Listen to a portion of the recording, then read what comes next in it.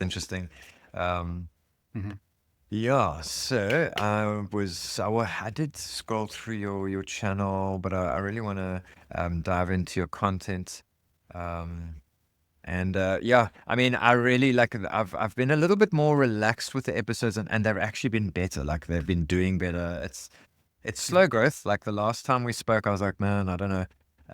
But I was maybe getting 300 views per episode. And now Mhm. it's a pretty even, like the last one, the guy's not super well known, or, there wasn't like a Mhm. super clickbaity title there. And he's at Mhm. about 600 views now. And Yeah, I he'll saw that. hit, Yeah, I did watch a bit of that. yeah, and Yeah. he'll hit 1,000 by the weekend. So, um, yeah, so the podcast's growing just very slowly, but like I'm constantly on the fence. Like, should I stop? Should I? That's why I thought make it frictionless so that it's easy to do the podcast because I enjoy like chatting, like meeting other Mhm. people, like-minded people across the world. But it's just a slow slog. But we are getting there. Mm. Your episode did very well Oh, thank for you. the Yeah. time. Like because Yeah. if you Yeah. look now, I think it's got just under 2,000 views, and Yeah. at the time I was doing like 300 views. So yeah, your episode's doing all Yeah. right. Yeah. I think it's what's interesting is that I just moved house, right? And then I tell Okay. people what I do for a living, Yes. and then they Google my name, right? Yes. And then if they Google my name, they don't really get my channel. They get the previous episode of your podcast. And they're like, oh, I was like, my neighbor, he's like an elderly retiree. Yes. He's like 75. I was like, oh, I, I looked at what you do because I don't understand. And then there was this conversation with this other guy. I'm like, yeah, that's the channel. And I told my mom about it. And she's like, oh, yeah, I watched it. I didn't really understand what was happening, but you're talking to this guy. I'm like, there's only one episode, there's only one piece of video on the internet where I'm talking to some guy. Right? And Oh, yeah, that's good for me. yeah. Not so good for you. That's No, it's not fine. what I do. No, it's an interesting intro because it's if you go into one of my videos, it's on my main channel. It just I've never really thought about it, but it just kind of bombards you with stuff that you don't really know. If you're completely new to that scene, then Yes. you just don't understand what's happening, Yeah. right? And I talk really fast, and it's just like, yeah. So most people, most like normies, right, won't understand at all. Yeah. Whereas this kind Normies. of podcast format, they still won't really get it, but they'll. It looks like more Yes. normal, yeah, Yeah. more standard YouTube content. All right. Okay, so I'm going to do a quick little intro and then let's just jump into it. I will jump straight into talking about your channel and all that. So, hello everyone. Thanks for joining us for the podcast today. I have Andrew Tsai. He's been on the channel before, and as he was just explaining, my episode dominates the search for Andrew Tsai, which is great. So, welcome to the channel again, Andrew. Thank you for having me. Cool. Yeah, I wanted to jump straight into that because um, you've been pretty damn consistent. So let's just quickly give us a quick little brief thing for the people who didn't watch the previous episode. What you're up to, what's making you money, what do you do every day? Yeah, so my name is Andrew Tsai. I make videos about gaming on a Mac. So that's Apple computers, specifically focused on the new ARM chip Macs with Apple Silicon. So it's like the M1 chip and onwards. And I guess my kind of niche is talking about games that run natively on the platform that take advantage of the kind of higher end GPUs that are in the new Mac platforms, and also talk a lot about Windows gaming. So Windows gaming, which isn't officially supported on the new Apple Silicon Macs, can be played through translation or through virtual machines. And I really like tinkering with especially Windows games and emulation as well, and getting games that shouldn't really work on a lockdown platform like the Apple Silicon Mac ecosystem, and then hacking them, getting them to work on the platform. And I've just been working on that for the last few years now. I've really focused since the Apple Silicon Macs came out in 2020. And I also, last time we also discussed about, I have a second channel as well where I do kind of very short tutorial videos as well, which I kind of pump out fairly Yes. consistently. And that's like a fallback kind of strategy as well, just in case the first thing Yeah. it doesn't perform as well as it has, Yeah. then I've got that to fall back on. But the last year has been really good. I Mm. mean, best year ever. My April was like the best month ever. That's great. Even though I didn't make any videos, Yeah. like haven't really made any content for about 6 weeks. Oh, wow. Just taking a bit of a break, Yeah. and it's still doing really well. Mm. All of this kind of the long tail where things keep Yes. people keep looking up. I guess my content is primarily tutorials, so it's just really teaching people how to get these games running. And I think it's been going pretty well. I'm ready to jump back in next week. Yeah. And this is like the first thing I've done for about 6 or 7 weeks now. Oh, cool. I'm So glad to be kind of knocking on the door of your yeah, return to thing. I must say, like, just the ache of I went on holiday and it was fun. Like I posted a bunch of shorts and to keep the channel kind of moving along a little bit. And as I left, I got a huge spike in views because I set everything up and I had a video that was doing well. And then while I was away for the 2 weeks, I just slowly saw my stats go down. I should have just deleted YouTube Studio from my phone. Mm. But I don't know how you feel having been away for 6 weeks, but doesn't it kind of like crush your soul when you see that little red arrow when you open up the app? I'm used to it now. I've Yeah. taken multiple long breaks, Mm. like 1 month plus breaks. Every summer I go away for about 6 weeks. Mm. So I do the place I go to Taiwan, and I have everything set up. Mm. So I have like a NAS Yes. there with Oh, all my wow. footage synchronized over the internet. Okay. Right. I have my MacBook and I have a secondary Mac there, and basically I'm ready to do everything. But then I'm kind of like thinking, I should just take a break, and I end up doing nothing. But Okay. it's all ready to go, just in case. Right? Yes. Okay. Um, Yeah. but yeah, it's important to have a break. It's important not to look at your stats, even though I'm guilty of looking Mm. at the stats every day. It's something you need to have a break from sometimes. So Yeah. don't feel too bad about it. Yeah. Yeah, Yeah. I always know it's there. The work is always there if you want to go back to it later. It's not going to disappear straight away. Yeah. Right. Yeah, and so yes, so you have been taking a break, but you've also been working pretty hard. Like I can't remember how long it was, but we did maybe an episode a year ago, maybe even longer, and Mhm. I'm just so this episode is going to be unavoidably lots of YouTube talk because I think it'll be very encouraging to my YouTuber friends in my niche to see what you're doing and to see that you're doing well, because I think a lot of guys are struggling with like the what you call it, the cost of everything going into this the tariffs and Tariffs, yeah. there's been a hold now, so everyone's like, okay, that's cool, but it's very stressful for guys in my scene who are dependent on like these products coming to their doorstep, and so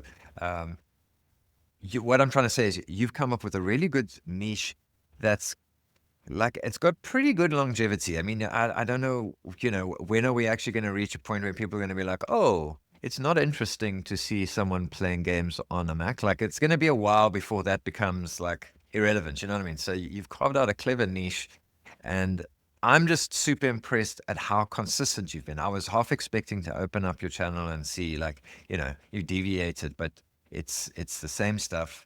Not the same stuff, but you know what I mean? You're consistently in the niche. I And mean, so yeah, some of it is quite samey. After doing this for pretty much full time for 4 years now, it's I've identified all of the major patterns, yeah, and they're all the same, right? yeah, So a MacBook Air comes out in March every year. The new Pros come out in October, November. There's WWDC, and then there's Christmas. So there's four things which mean I have to work. yeah, I want to take those opportunities to work, and then the rest of the time is kind of like not that important. It's just posting kind of for the sake of it, really, yeah, right? And yeah, just to so keep things rolling. it's just to keep things rolling, and maybe there's something interesting there, but it's nothing that there's no like massive super opportunity to take advantage of. Like I guess in the retro handheld niche, it's when something gets announced, when something releases into the hands for like for like preview reviews, Yeah. press reviews, Mm. and then maybe tutorials right afterwards, Yeah.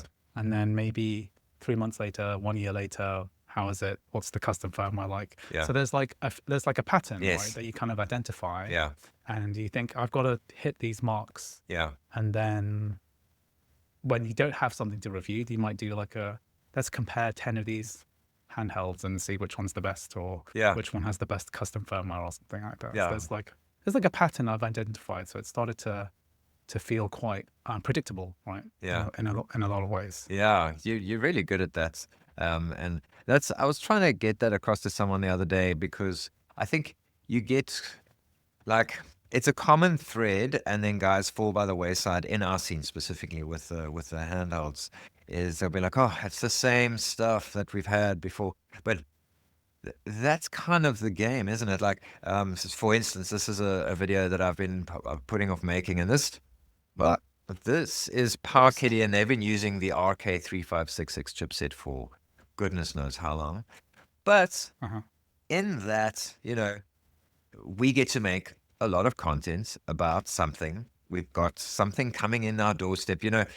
I've been around the block a few times with YouTube, and there's very few times in like sort of tech history where this sort of thing happens, where there's just another thing being made that you can make content about.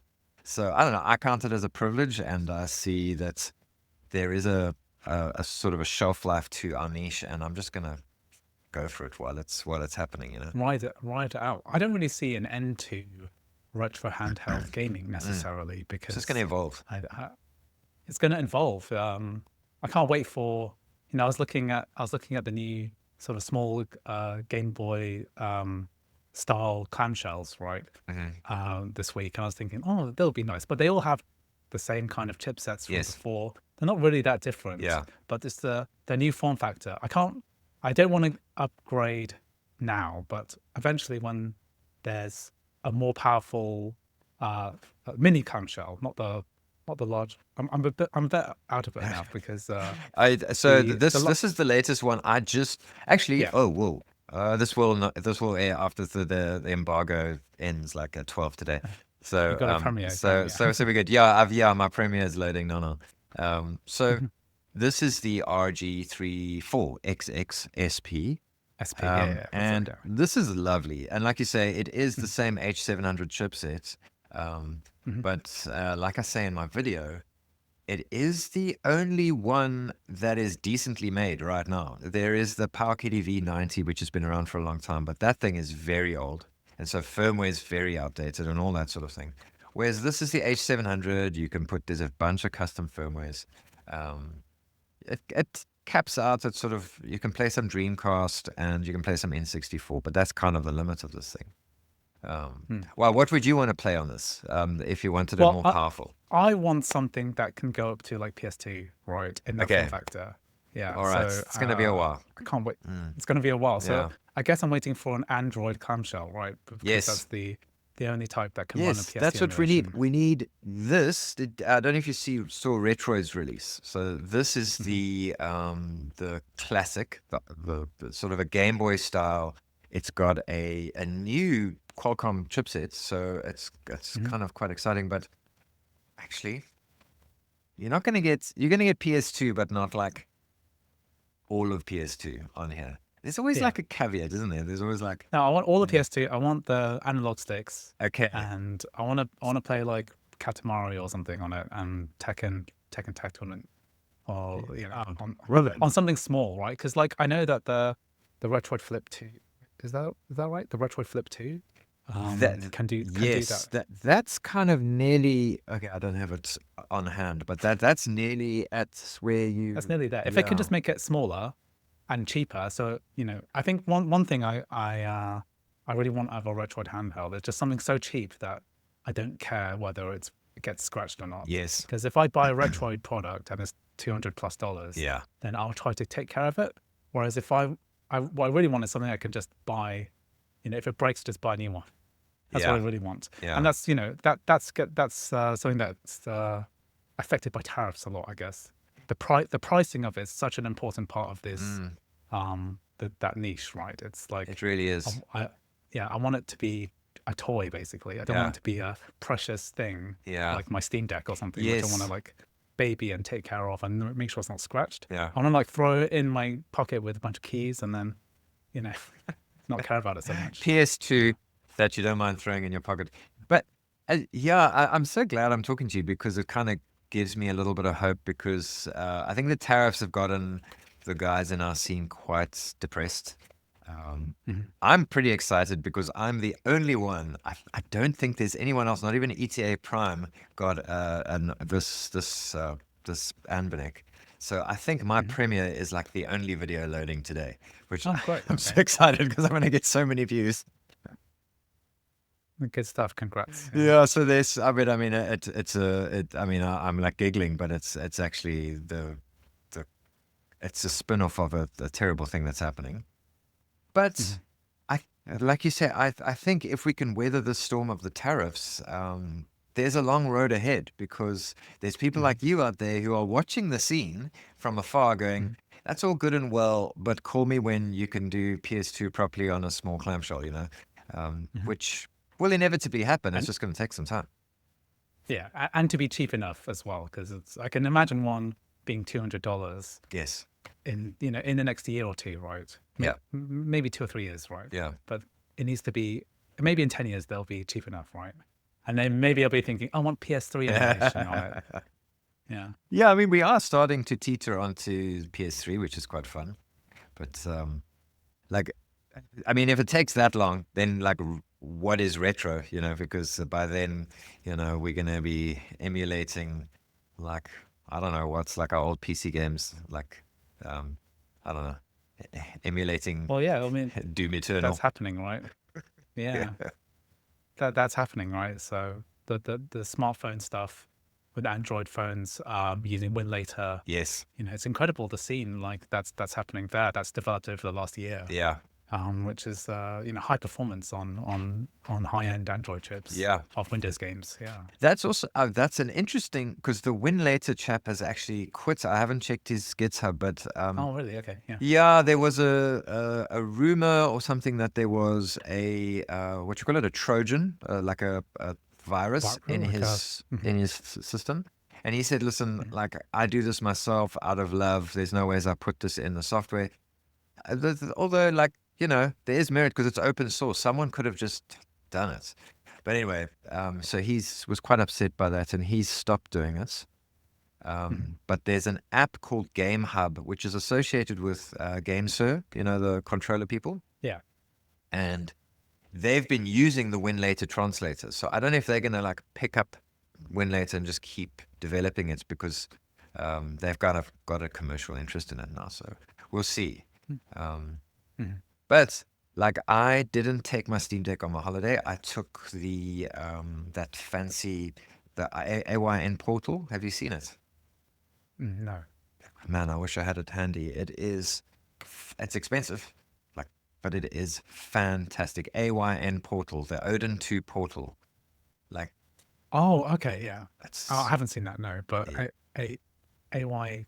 That sounds like a familiar. AYN. product, right? Yeah, it's confusing because there's also Ioneer. Like I took forever to get used to that, but it's AYN Odin 2 portal, and it's like a 7-inch OLED, 8 Gen 2 Android thing.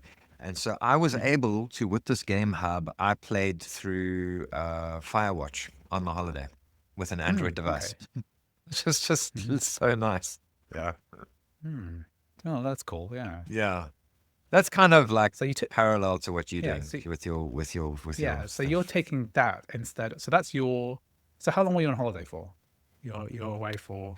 2 weeks. I actually want to make a video about it because I actually didn't game at all. I just gamed on the plane. So 7 hours plus 4 hours. So I played Firewatch wow. on the plane. Yeah. Okay. Yeah.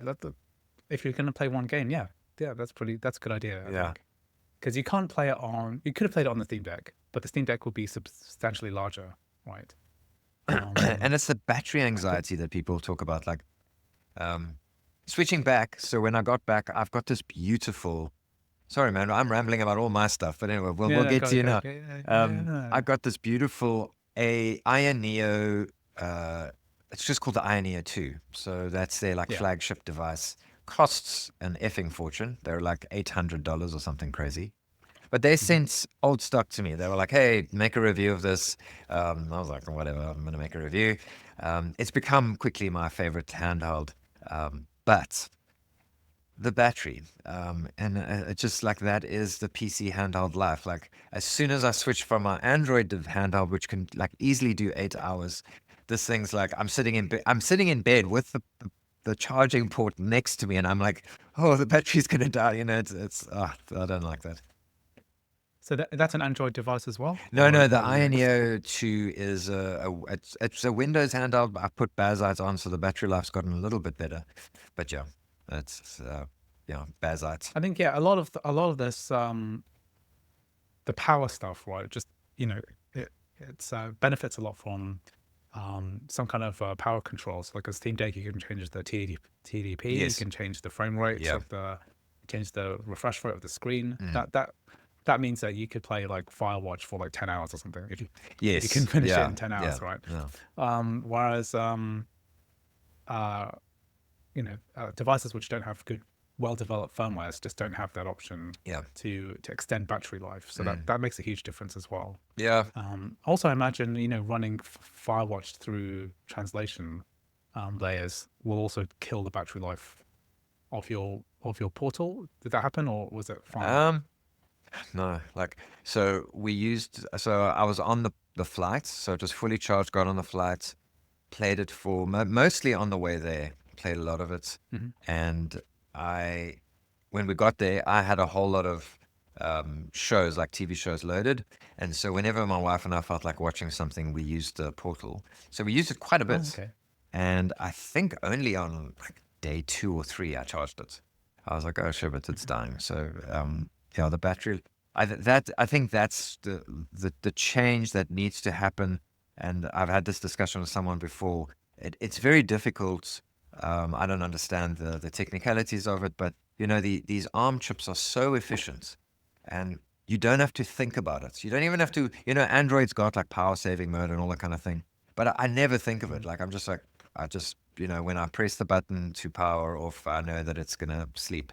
Mhm. Whereas with especially when my device had Windows on it, it was the Wild West. Like I never knew if it was actually sleeping. And then like you say, you've got to like fiddle with TDPs and all this kind of stuff. And it's fine, but it's just a mission. And I think once you've gone, like use something that lasts so long and you never have to think about it, and then you go back to something and it's like maintenance. Like, oh, okay, I've got to play with you to make you actually work properly. It's I never thought I'd be this person saying this, but and it's so nice Well, to have that. that's the problem with Windows. Like Yeah. any kind of mobile Windows Mm. device is just a nightmare, right? Yeah. Even like gaming laptops, Yeah. any kind of Windows device, Mm. whether it's even the ARM chip ones, the Oh, really? Snapdragon ones are terrible, yeah. And then but Oh gosh. the Windows of today are still not really able to drive mobile devices very well because you just have this anxiety. You don't know what's happening under the hood, Yeah. right? Yeah. Yeah, the sleep thing. When I was at university and taking my gaming laptop around, and the amount of times which I didn't sleep properly, or it turned on in my bag, and then I lifted up and I was like this boiling hot, Yeah, you know, exactly. Yes. thing. It's like with like zero battery. I'm like, no, I need to like take notes.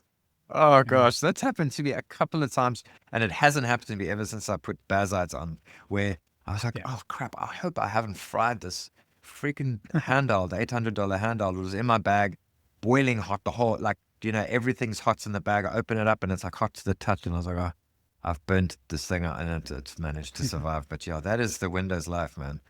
It's Yeah. that x86 architecture. But you say even, well, like my laptop, okay, now we're just moaning, but I swear I went from Mac to Windows, and then I got this Mhm. lovely gigabytes Aero a laptop for creators.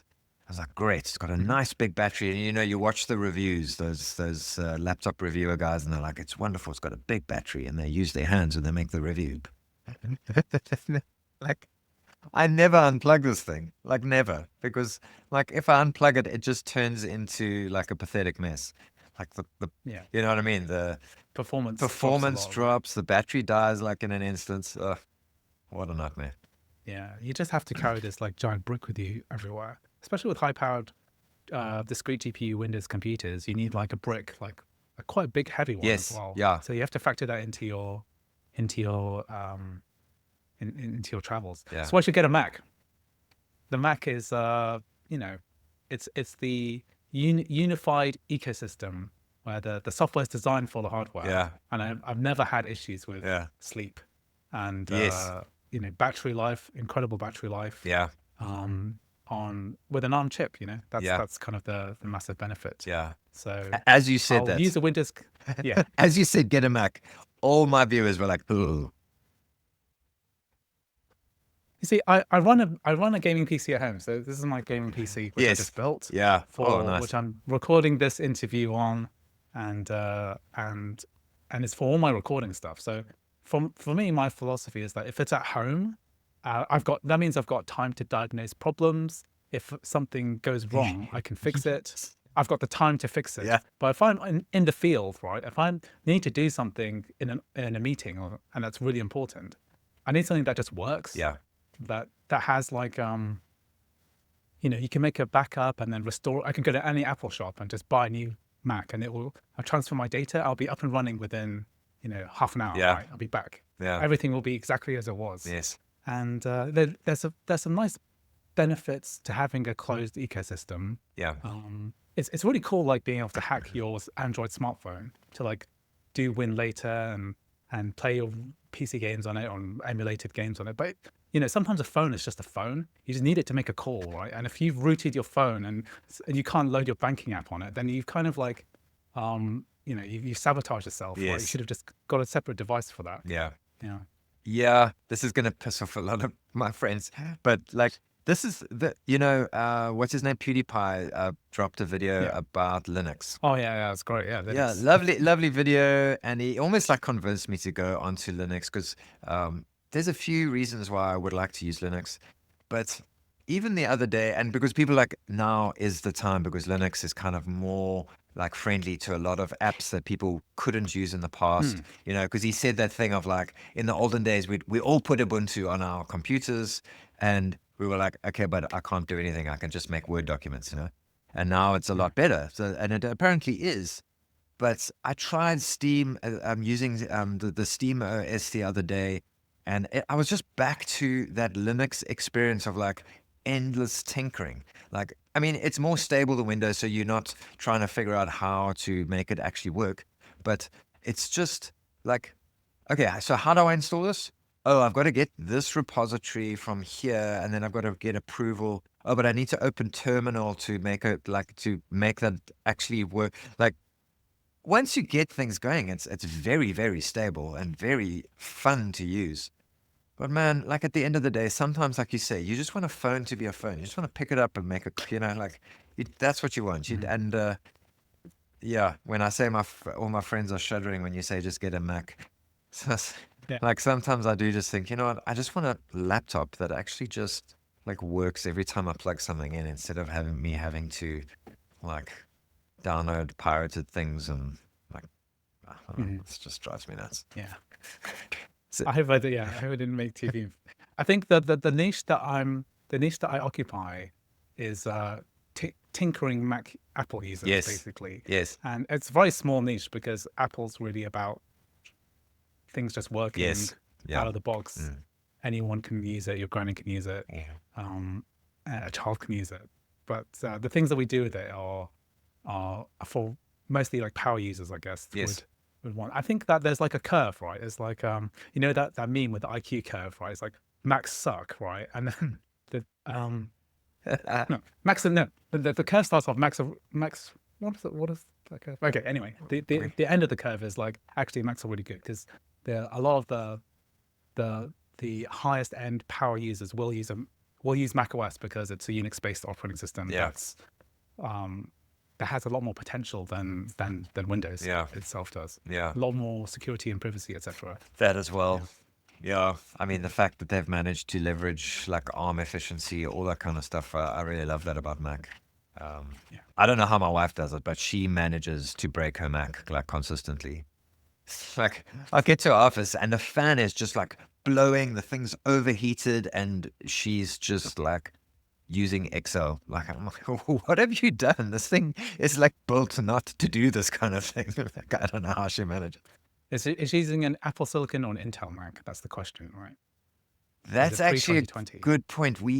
Man, it sucked. We spent so much money on that Mac, and that's why we just kept it because like I was so pissed off. Literally the next week, it was something like 40,000 rand. I said to my wife, "Listen, she was make that she still is making most of the money," and I said, "Listen, you need this. It's going to last you for years. Just get it. It's a lot of money, but we'll recoup the costs." And then the next week, they released the M1 chips, and it was half the price. I was like. I hate my life. Yeah, so it is Intel. Yeah. Hmm.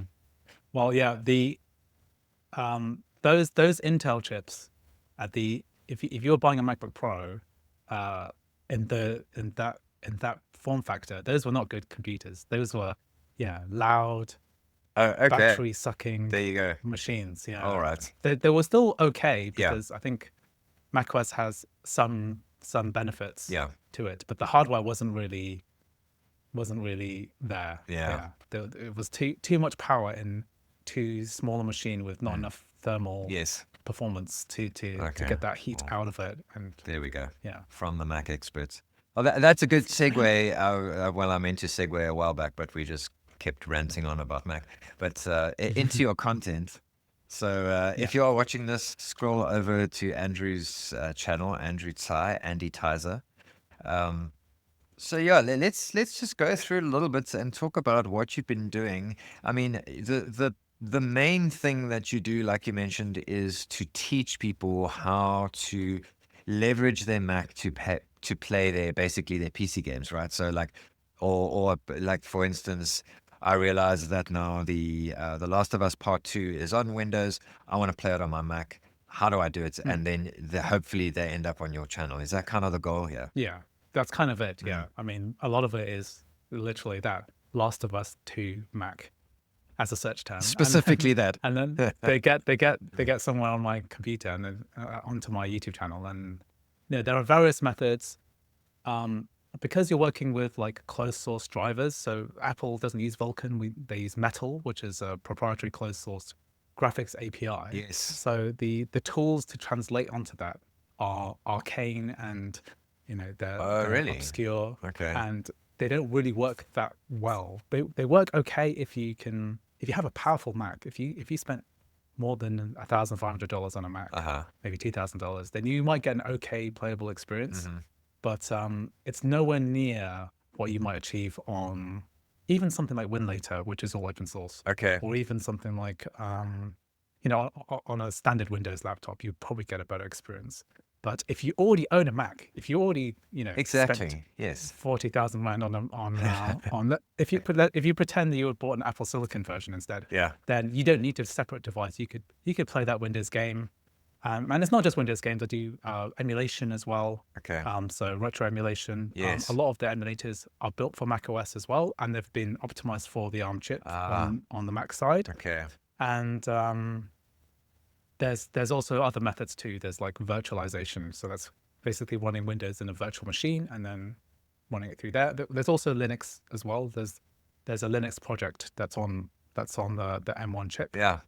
M1 and M2 chips, and that can actually play a lot of games through Proton. It's still very early stages though. Yeah, Yeah. that's interesting because the whole Linux Proton thing is so well developed now thanks to SteamOS and all that stuff. So Mm, that would be an yeah. interesting avenue for people to go down. Wow, that's interesting. Yeah, I mean, Mm, I think what I like about your content is that obviously, like as a YouTuber, I'm like, wow, that's a very clever niche. But it's like, it's not the end of the road if you bought a Mac, if you're a gamer kind of a person, yeah. you can still, there's hope for you, and I think that's what's so cool about what you're doing there. Mm, yeah. Yeah. And I, I don't know. I still that's actually the main reason why I haven't gone back to Mac is that it's just the fact that I like the fact that I can every now and again put a PC game. Although most of my games are on the Steam Deck now anyway, so Yeah, it really just depends what your goal is, right? So like, if you're a retro handheld gamer, mhm. if you're a retro gamer in general, then the idea of like, oh, I can't play like this game, this game is in like a, I don't know, Teenage Mutant Ninja Turtles arcade is just not compatible with your device, Yeah. right? There's no way to run it.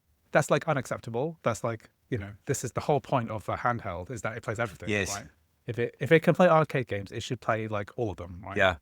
From my point of view, I don't really like if you're a Steam Deck player, Mhm. if you own a Steam Deck, you can play like 95% of all single player games, basically, Yes. right? They just work, right? Mm. So maybe not to the highest levels of performance, but like there's basically compatibility for everything. Yeah. But you can't play like all of the kind of live service multiplayer shooters Yeah. because they've got some form of anti-cheat inside them. But that doesn't. I mean, for me as like a middle-aged man, I'm like I don't really care that much about being able to play Fortnite on Steam OS, right? Mm. Or to play PUBG or something. Like, can you play PUBG? But yeah, I don't No really care idea. about that. You see, I don't I'd care. rather just go through my backlog, right? Yeah.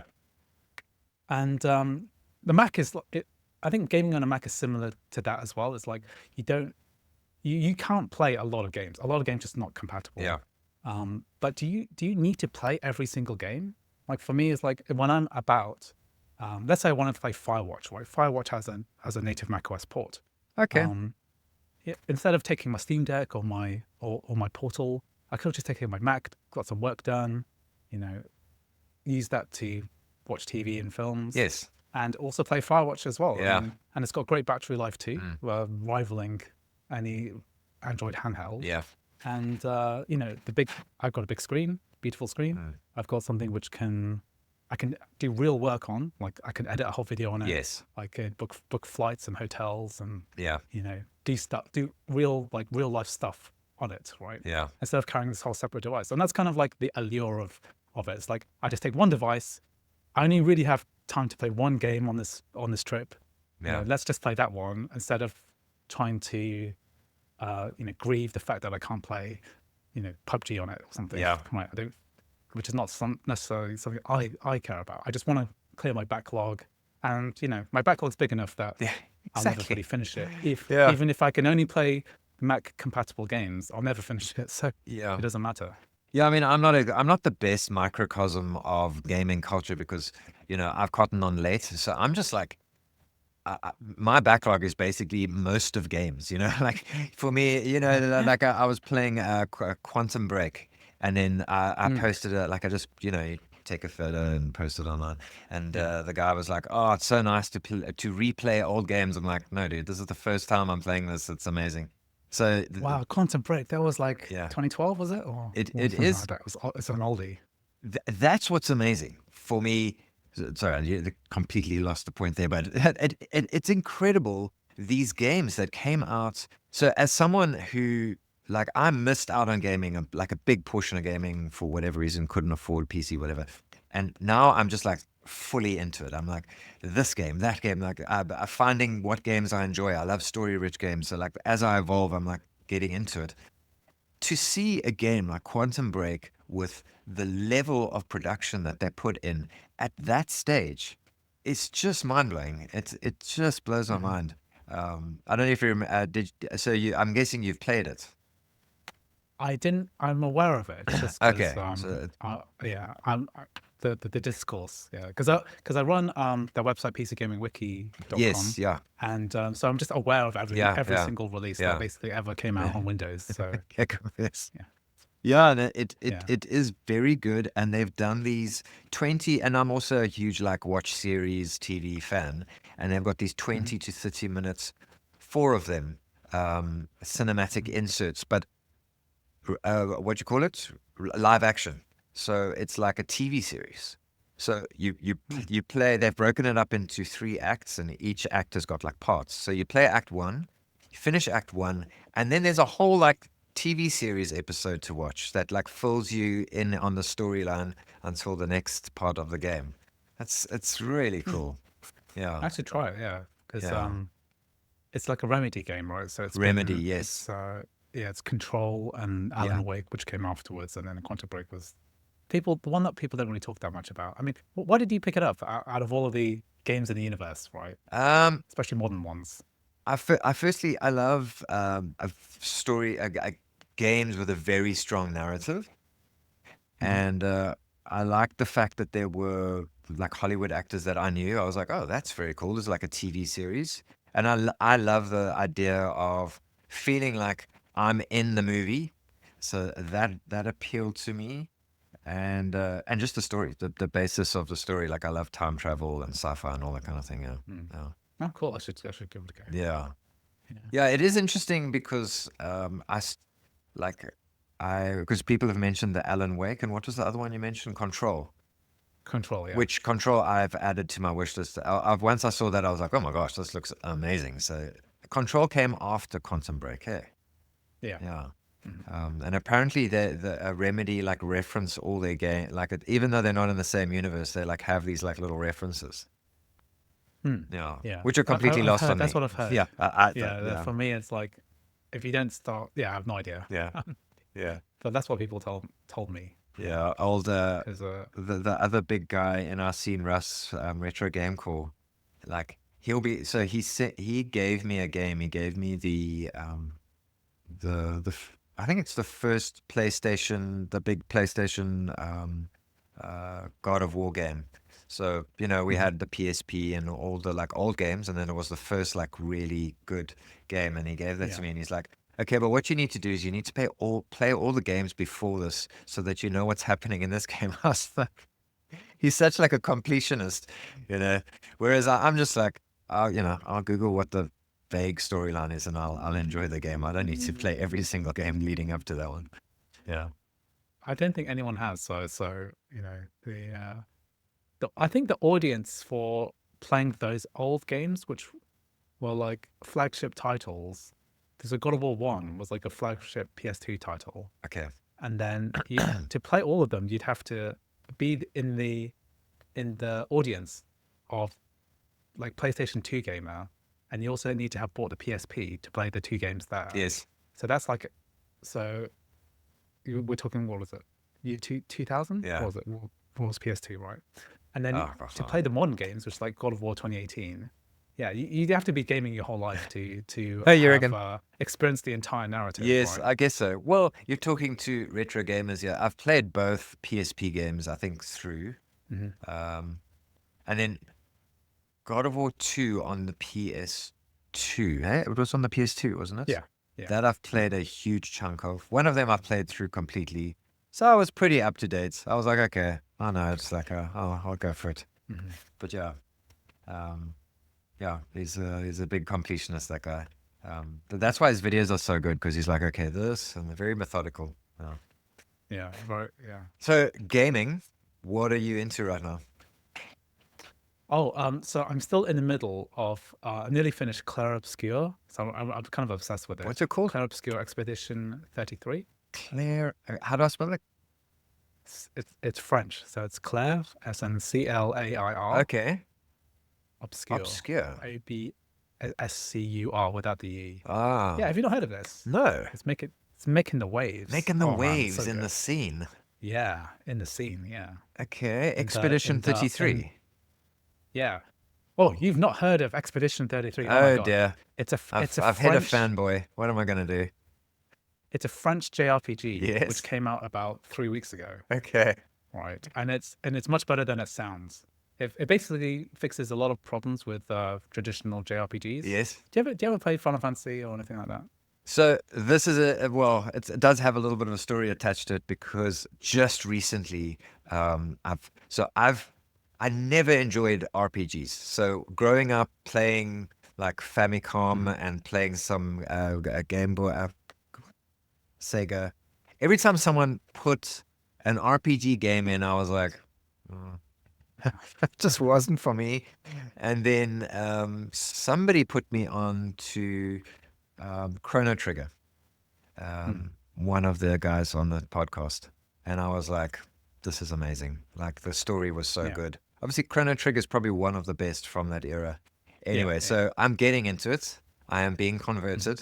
So Mm-hmm. yes, continue. Well, if the thing about this game is that it is, it completely, for me, right, completely fixes all of the issues I have with JRPGs. Uh-huh. So, so it'll blow Chrono Trigger out of the water in terms Ah, of like cool. the Okay. story. Okay, so mechanics wise, Uh-huh. which is probably why you find it difficult to get into. Yes. Most people have difficulty with turn-based games, Yeah. but what Clair Obscur does is that it's more like the the turn-based gaming is more active. So Okay. you take your own turn, and you have quick time events associated with your attacks. But then there's also this parry dodge mechanic where you have to watch out for the enemy's turn. They do certain attacks, Uh-huh. and then you have to parry and dodge them, and it's not really optional. It's kind of mandatory, right? Okay. And the attacks that you have to parry are quite precise timing, so you have to really learn it. It's almost Souls-like. So do you ever play any like Dark Souls or Sekiro or anything I like haven't that? gotten into that because that's a whole nother world I need to learn. Yeah. It's a whole other world.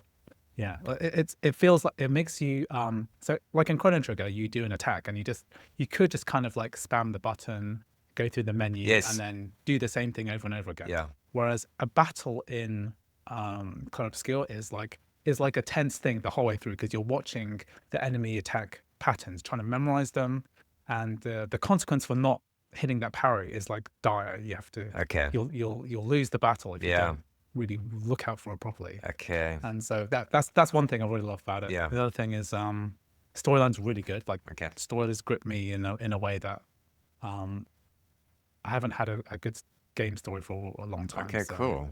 it's not narrative like God of War 2018 or something, which I think it's kind of slow at the beginning. Yes. And a lot of JRPGs start out really slow. Yeah. But They'll- you should try it. Just play the prologue. It's Yeah. really good. Like the first hour is like intense. Very good. I've learned to appreciate so that I think that was always the struggle with me. Like I need immediate like this needs to have action Yeah. as well. I like platformers, you know. But I've learned to appreciate how these JRPGs like they like to lay the foundation. Like this person's here, this person's here. You've got these skills. Yeah, but this happened in your past, and they like to like really set the scene. And I've learned to appreciate that. So I know as long as there's a payoff, I think there have been some games in the past, and that's why a lot of people like don't like that whole scene is like they'll do all of that, and then there's just no like then you just got to wander around for ages like trying to find a thing, which drives the Yeah. person nuts. But Well, the thing about Chrono Obscur is that it kind of fixes a lot of those issues. Yeah. So it kind of starts very fast, okay, and it feels like it's like one of those big build up things. But within the first hour, like so much stuff happens in terms of storyline and action that it just feels like you've gone through like an intense film or something, like an intense first Cool. episode of some Yes. TV show. So all those things you said were really good about Chrono Trigger and other JRPGs. I think it would be surprising if you try it. I'd be interested to hear what you think of it. Yeah. If and when you try it in the future. Yeah. Right. It sounds like a huge like a investment of time. It sounds like I need to see if I like it. No, and it's then just actually go for it is not because you can finish the whole game in about 30 hours, which is Oh, very okay. short for a JRPG. Yeah, that sounds I've almost finished it now. Mm. And I spent about 30 something hours on my save. Yeah. And I've almost completed everything. Okay. Right. So it's relatively short, whereas something like Final Fantasy X, you would spend way more. Like you could spend like 100 hours on it. Yeah. But this is like over mercifully quickly. Yeah. Okay. Well, I can see you really enjoy it. Okay. Mm. Okay. Cool. Yeah. Well, that was what games are you playing? But what game are you playing? That's great. Yeah. Because I test out so many games. I'm like, Okay. I normally like refund them within 2 hours, Okay. and because I live stream them, Yes. and then I'll be like, okay, it's 1 hour 40, let's stop, and refund, and then do the next one. Right? Okay. But for this one, I was playing. I was like, oh, I've done an hour, and I've done nearly over 2 hours now. I need to I want to know what happens next. Let's just keep going. Yeah. And I very rarely buy games at full price, so I just thought, oh god, this is special. So Yeah. I just continued. Yes. Yeah. I mean, I'm the same. I'm like a cheapskate. Like it's really got to grab me for me to spend and I don't know if I've bought a triple A game yet, like a full on, like expensive game. I nearly bought the new Indiana Jones game. I was very close to Yeah. spending that money, but I haven't pulled the trigger yet. We'll see. Maybe there'll be a sale at the end of the year. There'll be a sale Yeah. this summer or Christmas or Yeah. within the next 12 months. Yeah. There'll be a sale for you. Yeah. It's a single player game. It's not going anywhere. Well, you know what's happening? Everyone just keeps giving me games. Like I can't keep up. I've got so many nice people around the world. Like it was so May the 4th. So I was like, okay, May the 4th. I'm gonna keep an eye on this, and I had a few on my wish list, and I was about to pull the trigger, and then I got a message from a friend. Oh, I got you the Star Wars game that you don't have, because there's the two. It was Survivor and the other one, and I didn't have the other one. And anyway, so now I have both, and like I still haven't played the other one, so like I can't keep up. Okay. Yeah. Got a lot of very friendly friends in the retro scene. Yeah, I mean Russ gave me God of War, and I still haven't finished it. It's magical. It is such the reason he thought I would like it is it's a oneer. Like the whole game is shot with one camera angle, and it just follows you around like Adolescence. Like I don't know if you've watched. Yeah. Have you watched that show? Oh yeah, I've seen that. Yeah, it's good. It's a good show. Yeah. Yeah, mind-blowing show.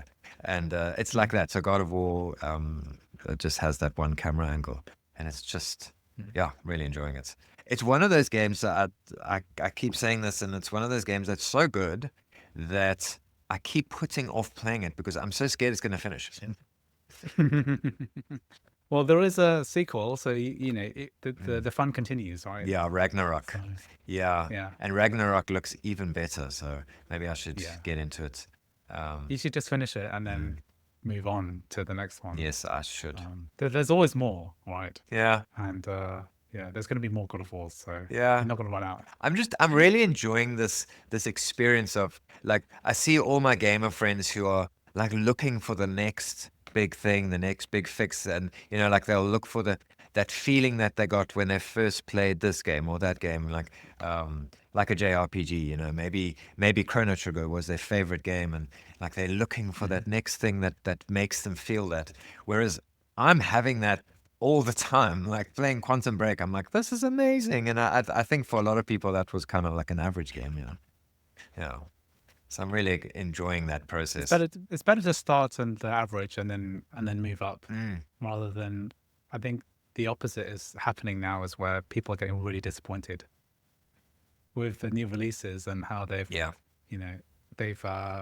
a lot of games now are just bad, right? Because they incorporate a lot of elements which are just terrible, like microtransactions and live service elements. Yeah. And it's good to start at games which are which don't have that, and then mediocre, and then move them up. I think that's what's good with Quantum Break, because I don't think it reviewed that well, and so I'm surprised that you started there. But then if you really like that, and then you go through the trilogy of Control and Alan Wake and Awake, then you might enjoy that more.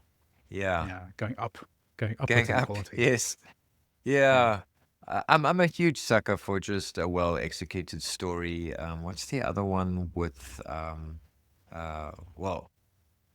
in the game it was Ellen Page, but obviously she's transitioned. But it was what's the game? Such a good game. It's very old.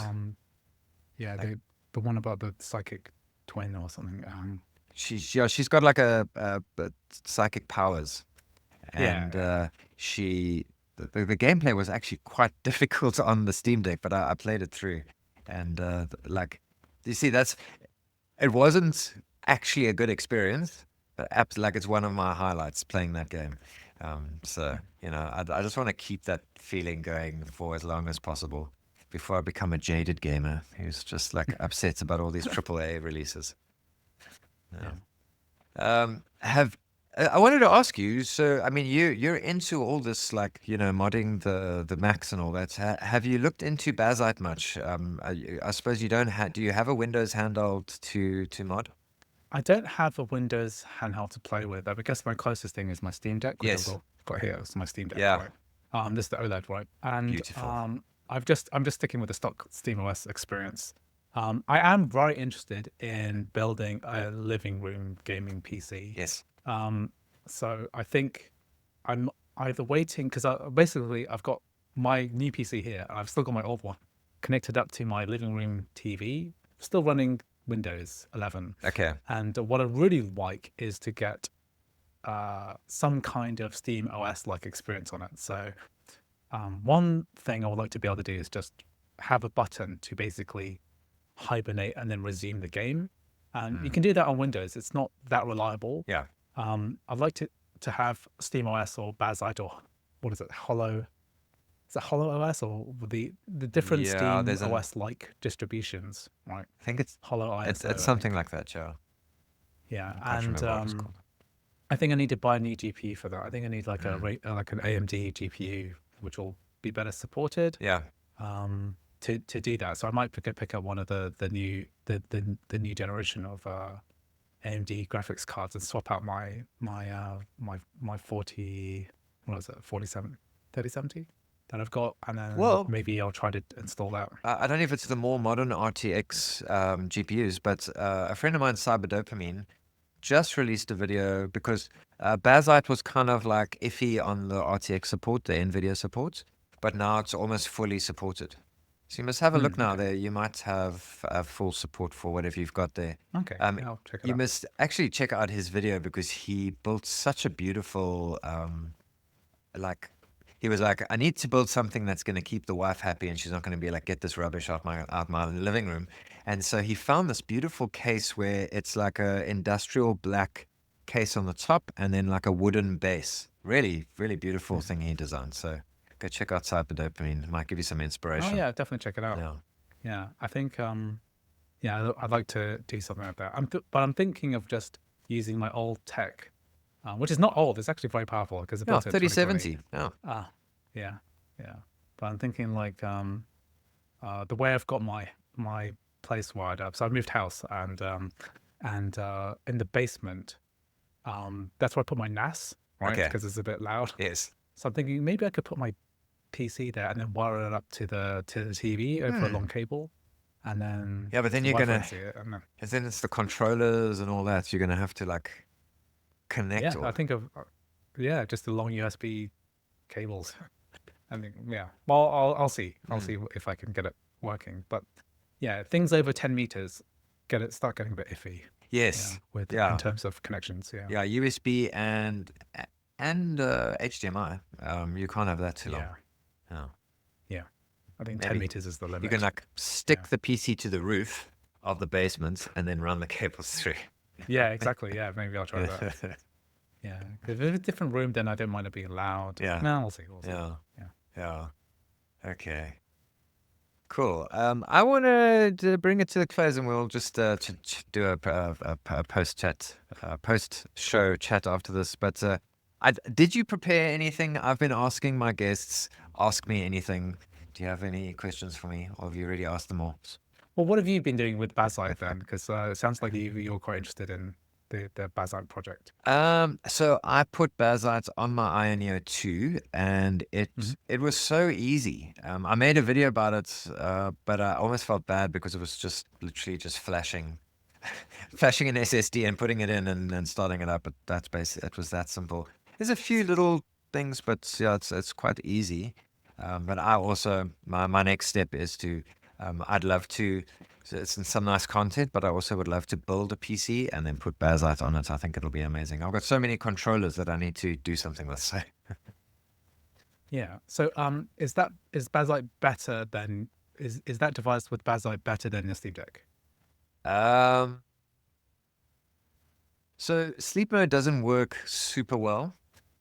There's Mhm. something about, so mine isn't officially supported, my handheld. They don't have like the Ioneo Yeah. 2. I don't think it's actually labeled there. So there's something about when you switch Bazite to sleep mode and you switch it back, it struggles to find the controller again. So Mm. that's sometimes an issue. So sometimes I'll Mm. wake it up and I can play immediately. Sometimes I just have to restart. So that's the Mm. only thing. But in terms of, I haven't done like a head-to-head comparison because what happened was I got the Ioneo 2 and I immediately gave my Steam Deck to a family member to use because he's been wanting to play a bunch of old games. So I don't know. I don't know if it's better. Um, it's comparative. I get more performance out of the Ioneo because it's got a stronger chipset. Yeah. Hmm. And it's more Yeah. efficient on Bazzite than it was on Windows, if that Right. answers your Okay. question. Yeah. So it's slightly better because it's an x86 chip, right? So it Yes. ran Windows x86, and now you're running Bazzite on it, so you're getting more Steam Deck like experience with it. Yes. And you just have, because it's not quite supported, it's not quite resuming all the time Yes. correctly. Yeah. Yeah. Yeah. I mean, the resuming is the main reason why I use a Steam Deck. So I've got my, just being able to like Yeah. turn on and then turn on, and I'm playing Claire Obscur now, right? And being able to just jump back in straight away, right, is like Yeah. the main feature. So I guess if you can get that working, I mean, is it cheaper than a Steam Deck? No, it's more expensive, right? It's Yeah, so much more. $300, It's right? hard to beat the Steam Deck. There's nothing Mm. really out right now. I know it's not, is it no ROG, the other guys who are making nice PC gaming handhelds? Well, there's ROG, and then there's what, the Logitech guys, Lenovo. and then there's Lenovo Lenovo, have made the a nice Core, one. yeah, And the MSI, yeah. yeah, so Lenovo's latest one with Windows apparently was not a good deal, overpriced and doesn't perform as well as Mhm. it should have.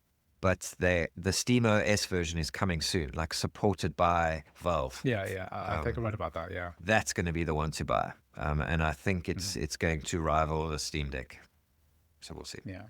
I mean, until something is at least 50% more powerful than a Steam Deck, which I don't think is currently feasible at the moment Mm, in that form factor, then there's no real reason to to to seek out alternatives, because the Steam Deck's so cheap, right? mm, Not cheap. Well, you can buy a secondhand Steam Deck yeah, for these refurbished ones or the low mm, end LCD models for like $350 or yeah, something, which is really good deal, right? yeah, Compared to basically every other gaming device out there. yeah, And yeah, it does such a good job. mm, I can't see anything beating that until yeah. Valve released Steam Deck 2, right? Mm, yeah, Um, it's the old like sort of Mac philosophy where when one company makes everything together, where they do the software, they do the hardware, and they develop it all as a team, whether they have an open source mindset or not, like that whole concept, like it always works well. It just does, man. yeah. It's the always a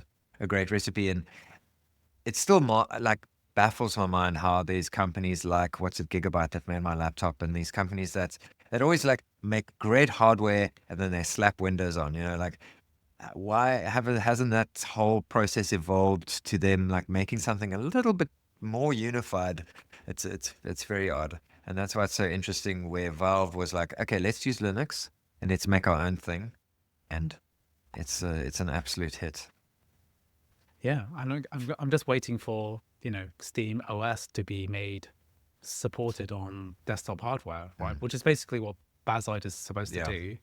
But if Valve can do it, which I'm sure it's on their timeline, Mm, then that's gonna make everything a lot easier. yeah. Um, yeah. Yeah. So I can't wait for that to happen. Yeah, because then we'll have Valve going, okay, these parts are supported.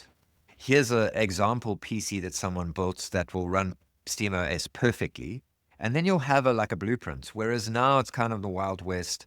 And like for instance, you could go through the whole effort of buying parts, watching guys online, making a nice PC, and then it doesn't do little things that you want it to do, like the sleep mode. Like if I go through that whole process and make a PC and I sleep in it, I wake it, and all my controllers don't work, it's going to be annoying. You want something that's going to do it all nicely. Hmm. Uh, Yeah, exactly. So um, I'm not sure. Yeah, I mean, part of the reason why Valve haven't released the Steam OS is because it's just too complicated there's too many factors, like different Bluetooth modules mm, that there's like hundreds you could choose from, yeah. and they all perform differently. Mm, They have different features, and I can't wait for Steam machines to come back. If Valve can make a nice little mini PC, that'd be great. Mm. To build a more powerful PC, which you could just maybe just plug and play different GPUs, that would be cool. Mm. Yeah, I'd love to see something a bit more unified in that way, more Yeah. efficient. Yeah. Yeah, So I agree, yeah, man. can't. Yeah. So one last note on that, because I think this is interesting. It's just so the South African landscape. I'm not sure. Sometimes I find it's similar to the UK, but we do have a very interesting thing here because not everything comes through South Africa. So, in terms of, like, for instance, with the Windows handheld scene, I don't think the claw has ever reached our shores. Actually, I did see one on a website, but it might have been like, I think it's called a grey import. But anyway, when I was Mhm. reading comments actually on the Switch 2, we should have spoken about Switch 2 because that would have gotten us some views. But with the ads for South Africa. Now the problem with South Africa is we've had historically quite big import tariffs. So, on Yeah. which doesn't make sense. Like electronics, we don't make electronics, but we have pretty high tariffs on electronics here, and so the cost is considerably higher than the US. Like if you compare, like convert to rands from what's paying Yeah. there, here, I don't know what the dollar value is, but it's about 4,000 Rand more for a Switch 2 here in South Africa. And one of the common comments of South Africans is, I'm just going to get an ROG Ally. And I thought that was interesting because the Switch 2 is a very, very mainstream handheld and a console. And guys are going, I'm just going to get an ROG Ally. And the whole time I've been thinking this sort of Windows handheld scene is very niche, very obscure. Probably not a lot of South African guys even know about it. And here are guys who are shopping for the Switch 2 and are like, nah, I think I'm just going to make the leap and I'm going to go with an ROG Ally. It's interesting. Yeah, I think well, any PC handheld is going to be better than a Switch, Switch in a lot of ways. Um, if you're like a gamer, Yeah. then yeah, you want as many games as possible. And the Switch, I think yeah, Switch is a mainstream Mm. console designed for normal normal gamers. But if you're a gamer, if you want to play everything, then you want to be able to yeah, it just makes more sense to get a an ROG Ally. Mm. But really, I think personally, I would say that it makes the most sense to get a laptop. Just get a Windows gaming laptop, and you can play everything, and you can do work on it, and you can watch movies on it. Yeah. Right, you're not just limited to that. But yeah, Yeah. I think there's a kind of like progression, right? So people go from like kids go from like a 2DS, 3DS to a Switch, and then eventually they're gonna kind of outgrow the Switch. They'll need something a bit beefier. It's just there's a progression between from going from Switch to um from Switch to like some kind of console and then to a PC. There's like a progression, and so yeah, it's kind of it's not surprised that people go from the Switch to and decide against that to go to a Windows handheld. Yeah. I'm surprised that people would consider that. In the UK, at least, I don't really see much. I don't really see much like retail presence for these handhelds. Whereas in Taiwan, I saw quite a lot. I saw quite a lot of people Steam Decks and ROGs and MSI cores, and Yeah. they're just everywhere there. Yes. In the shops, you can see them. They're Mm. like they're displayed. Yeah. But in like mainstream, well, not so much, right? Switch 2 is probably going to outsell these handhelds by a lot. Oh, you reckon? Even Yeah. at that massive price increase. Yes. No, Mm. no, you are right. Yeah. Yeah, no, of course you're right. Yeah. Um, it's like, you've got to be careful, like real gamers. You get into that whole like douchey, like, oh, who's a real gamer? But yeah, like the proper sort of PC gaming, PS5 gaming type of people, they will go for the ROG Ally or whatever. They won't be interested in a Switch 2. But it does still seem like we aren't the majority, even though there's a whole industry revolving around us. So it's interesting. it's not something that I encounter in like normal life. I don't know because it's like it's it's when you take your how old is your son? He's He's 9. Yeah. 9. Okay, so you take him to school, right? And then I can't imagine anyone there is like talking about Steam Decks or He literally just technology asked me allies. for a Switch yesterday. Yeah. Yeah. So yeah, they're talking about that, but maybe a bit later. When I went through flight, I was surprised. Like at the security, I was taking out my Steam Deck, and I was like, and he was like, "Yeah, you need to make sure your Steam Deck's in the tray." I'm like, "Oh yeah, you know it's a Steam Deck." It's like, "Yeah, we can see loads of those Steam Decks." Oh, I'm like, wow. "Okay, that's just." I'm surprised, but I guess you would see if you were in security at an airport, you'd see every kind of electronics, but um. Yeah, you'd be able to identify that's a Kindle, that's a Mac, that's a Yeah. Windows computer. But yeah, I was surprised because Yeah, that's like interesting. it means like a large volume have gone through this Yes. airport. Yeah. You have to know the name. Mm. Yeah. Yeah, to know the name of it. Yeah. Cool. Um, Andy, thanks so much for being on the show. Thank you for having me. It's a pleasure. Yeah, it's great to talk because I don't really get to talk about YouTube to anyone really. Same. No one's interested. Yeah, that's Yeah. literally why I do these episodes. Like, it's just to feel connected to the world because I'm just this weird 45-year-old guy that plays games. Yeah, I Yeah. feel very lonely. Yeah, it's good. It's good to chat. Maybe we'll Cool. do it soon the next time.